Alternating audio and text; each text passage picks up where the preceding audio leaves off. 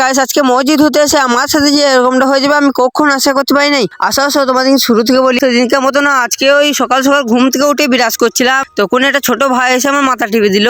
তারপরে আবার একটা ছোট ভাই এসে বলছে আমাকেও ক্যামেরার মধ্যে লাও। তোমরা কি জানো এই দু ভাইয়ের কাছে আমি 5 টাকা করে 10 টাকা ধার নিয়েছি, তার জন্য ওরা আমার পেছু পেছু ঘুরে বেড়াচ্ছে। মানে না একটু মজাক করলাম। তারপরে চাটা খেয়ে একটা ভিডিও এডিট করছিলাম। ভিডিও এডিট করতে করতে দেখি আমাকে জি ফোন করলো, বলছে এসো একটু মসজিদ হবো। তার জন্য আমি জিয়ের কথা মতো এখন চললাম জিয়ের কাজ মসজিদ হওয়ার লোকে। তারপরে ফাইনালি মসজিদে এসেই দেখছি জি তার গাড়িটা একটু ধুচ্ছে, তার জন্য আমি জিয়ের সাথে খানি গাড়িটা ধুয়ে দিলাম। তারপরে আমাদের এখানে ছোট্ট পাড়া মসজিদটাকেও ধুয়ে দিলাম। তারপরে মসজিদ হওয়া কাজটা কমপ্লিট করে আমি এখন চলে আসলাম বাড়ি।